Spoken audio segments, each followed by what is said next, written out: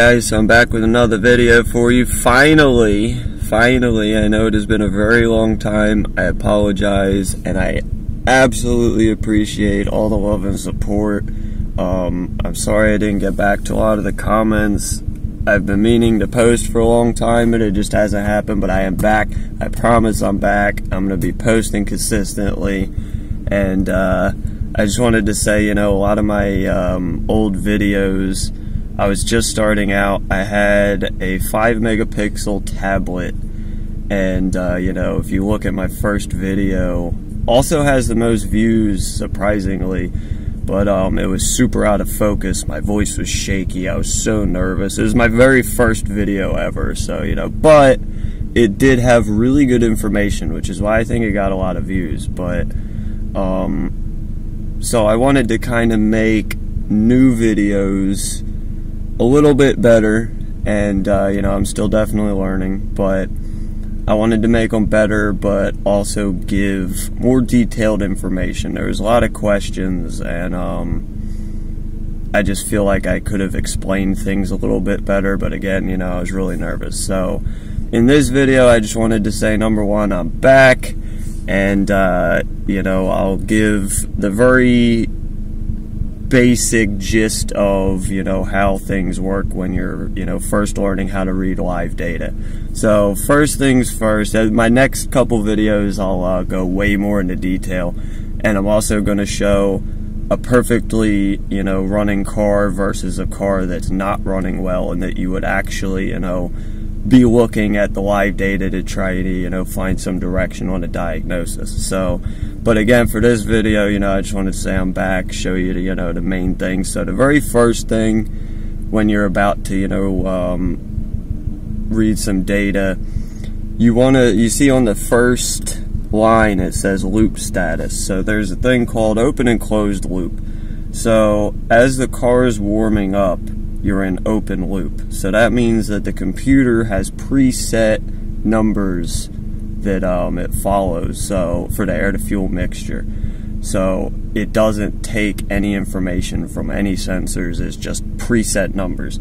So then once it hits full operating temperature, it goes to closed loop, and then, you know, it pulls data from the oxygen sensors, fuel trims, all that, and adjusts the air to fuel mixture accordingly.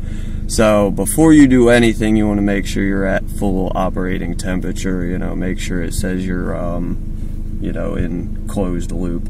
So the second thing, you can see the fuel trims. You have short and long-term fuel trims, which the S and the L, obviously short and long-term. You want a positive or negative, no more than 10% either way. So a positive fuel trim is the computer trying to add more fuel in. A negative fuel trim is it trying to take, you know, more fuel away.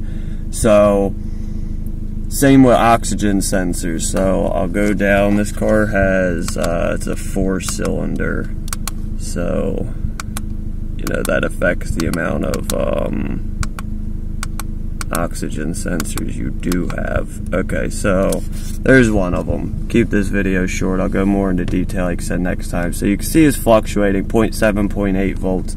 And so 0.9 volts is the high side of rich, and 0.1 volts is the, you know, lean. So when you blip the throttle, you should see the numbers fluctuate.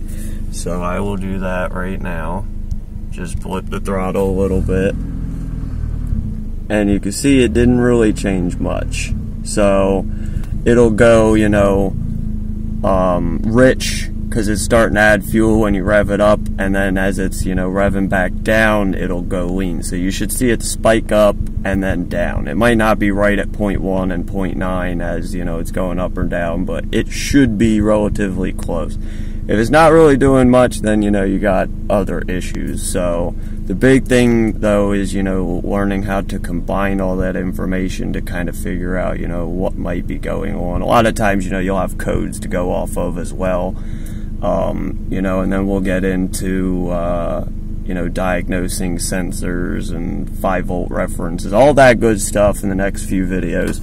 But those are the three main things you kind of want to get down when you start reading live data: is open and closed loop, long-term, short-term fuel trims, positive and negative, and then your oxygen sensors.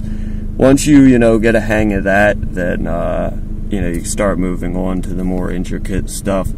But again, like I said, my very next video will be showing a car that's running good versus a car that's running very poorly. I want to try to show you guys, exactly what I do when I'm going through, trying to diagnose a car that's not acting right. And I always seem to have these problems where I'll have codes, but it doesn't really relate to what I'm trying to figure out. It's just like really difficult problem, and I love that stuff. I absolutely love diagnosis, and it's fun, and I love to teach you guys. The whole reason I even posted these videos, back in the day, was because I looked something up on YouTube and there was like no information. So I was like, you know what, I'm gonna try to put out some information. If I can at least help, even a few people, I'll be happy about that. So, but again, I really appreciate all the support. And I definitely won't be vanishing again this time, so just check back, make sure you like and subscribe. And again, guys, I really appreciate all the support. It means the absolute world to me, it really does. And you'll be seeing a lot of these videos, a whole lot of them, very soon. So I appreciate it. Stay tuned, and I'll see you guys next time.